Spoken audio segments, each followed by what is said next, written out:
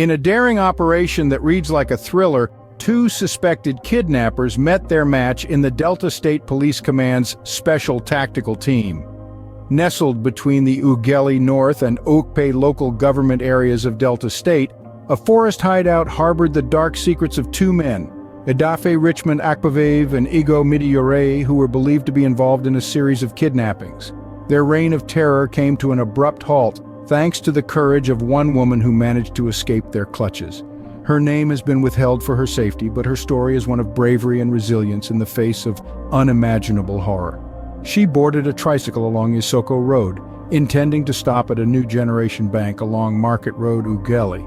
But her journey took a terrifying turn when one of the men in the tricycle brandished a gun, turning a routine trip into a chilling abduction. During her captivity, she bore witness to the cruel deaths of two young women, their lives brutally cut short. She was coerced into authorizing the withdrawal of funds from her bank account under the threat of violence. But even under such dire circumstances, she never lost her will to survive. When gunfire erupted in the vicinity, she seized the moment to make her daring escape. Fleeing for her life, she stumbled upon a farmer in the bush who helped her find her way home. Her ordeal didn't end there, though. She had a crucial part to play in bringing her captors to justice. At the police station, the suspects, Akpavivi and Midiuraye, were visibly shaken as they came face to face with the woman they had once held captive. The tables had turned, and now they were the ones in the clutches of the law. The victim's account of her traumatic experience, coupled with the incriminating evidence found on the suspects' phones, painted a damning picture of their crimes. In the face of danger, one brave woman's will to survive would become a key piece in this criminal puzzle. As the suspects were led away in handcuffs, the police knew they had only just begun to uncover the full extent of the suspects' nefarious activities. The investigation was far from over. The unnamed victim's tale is one of courage and resilience in the face of unimaginable terror. It was a day that started like any other. The woman, whose name remains concealed for her protection, was simply going about her business. She had boarded a tricycle along Isoko Road, planning to make a stop at a New Generation bank along Market Road in Ughelli North local government area. But as fate would have it, her journey took a horrifying detour. One of the men in the tricycle suddenly brandished a gun, transforming an ordinary commute into a nightmare. The woman was abducted, her destiny now in the hands of men whose hearts knew no remorse, whose actions knew no boundaries. During her captivity, the woman bore witness to acts of violence that would shake even the most hardened souls. She watched as two young ladies, who like her were in the wrong place at the wrong time, were brutally stabbed to death. The memory of their faces, their pleas for mercy, would forever be etched in her mind. But the assailants weren't satisfied with just inflicting physical terror. They coerced the woman into authorizing the withdrawal of funds from her bank account, the threat of violence hanging over her like a dark cloud. She was forced to comply, to cooperate with the very individuals who had stripped her of her freedom. Yet even in the midst of this terror, the woman's spirit remained unbroken. She held onto hope, onto the possibility of a way out, a chance for survival. In a stunning twist of fate, a battle in the vicinity provided the desperate woman with a chance for freedom. Amidst the chaos, she seized the opportunity to escape, to run for her life, away from the clutches of her captors. Her bravery and resilience had offered her a glimmer of hope, a chance to reclaim her freedom, to live another day. Amidst the chaos of gunfire, the victim saw her opportunity and seized it. In the shadow of imminent danger, with the fear of death hanging heavy in the air, the victim found her chance. She was quick and stealthy, moving with a desperation only known to those who have stared into the abyss of their own demise. She managed to slip away unnoticed, darting through the dense undergrowth of the forest, her heart pounding in sync with the staccato rhythm of the distant gunshots. As she plunged deeper into the wilderness, she stumbled upon a local farmer. The sight of another human, one unassociated with her captors, was a beacon of hope in her dire circumstances. The farmer, taken aback by her disheveled appearance and the terror in her eyes, immediately understood the gravity of the situation. With a nod of his head and a firm grip on his farming tool, he signaled that he would help.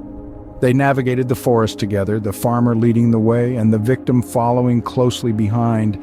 Every rustle of the leaves, every snap of a twig sent waves of panic through her, but she pressed on, fueled by an unyielding will to survive.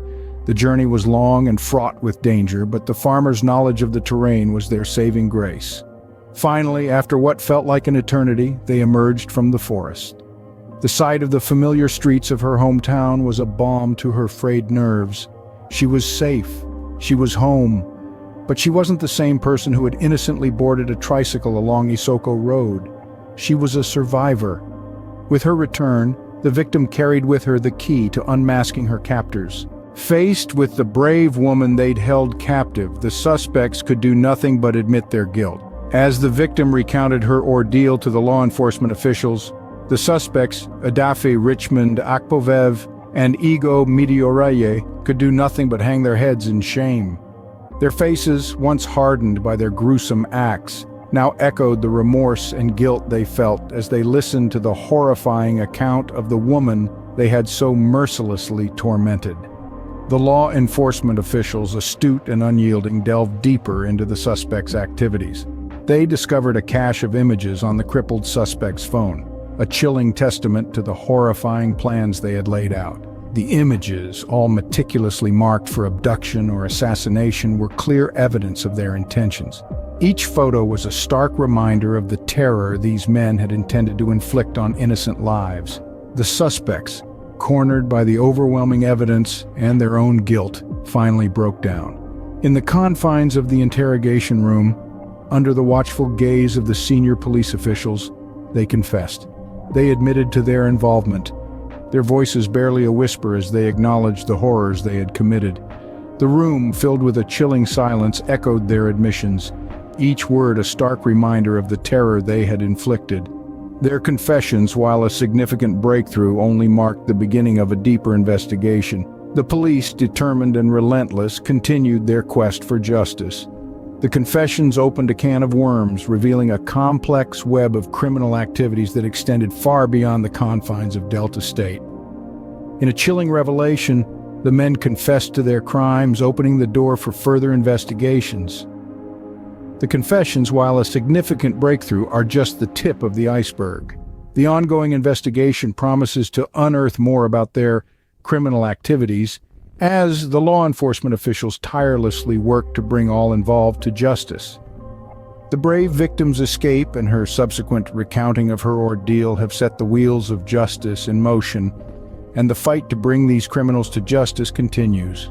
With the suspects in custody, the Delta State Police are far from closing the case.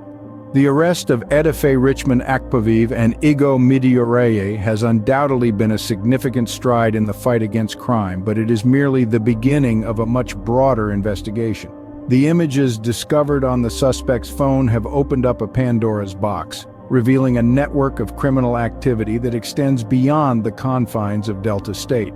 The police, led by SP Bright Adafi, are meticulously combing through every piece of evidence, cross-referencing the chilling images with missing persons reports and tracking down leads. Their mission is clear: to bring every individual involved in these heinous acts to justice. The law enforcement officials are leaving no stone unturned in their quest to ensure that the full weight of the law is brought down on those who have terrorized the community. The public reaction to the case has been one of shock and outrage. The residents of Ughelli North and Okpe local government areas have been shaken to their core. But amidst the fear and uncertainty, there is a growing sense of unity and determination. The community is rallying together, offering any assistance they can to aid the police in their investigation. This case has had a profound impact on the community. People are more vigilant, more aware of their surroundings, and more committed to looking out for one another. The terrifying ordeal endured by the brave woman who escaped has served as a wake-up call, a stark reminder of the ever-present threat of crime. But it has also highlighted the resilience of the human spirit and the unwavering dedication of the police force. It's a testament to the power of community, to the strength that comes from standing together in the face of adversity. As we await further developments, the courage of one woman and the dedication of the police force serve as a stark reminder of the fight against crime. This is a case we'll all be watching closely.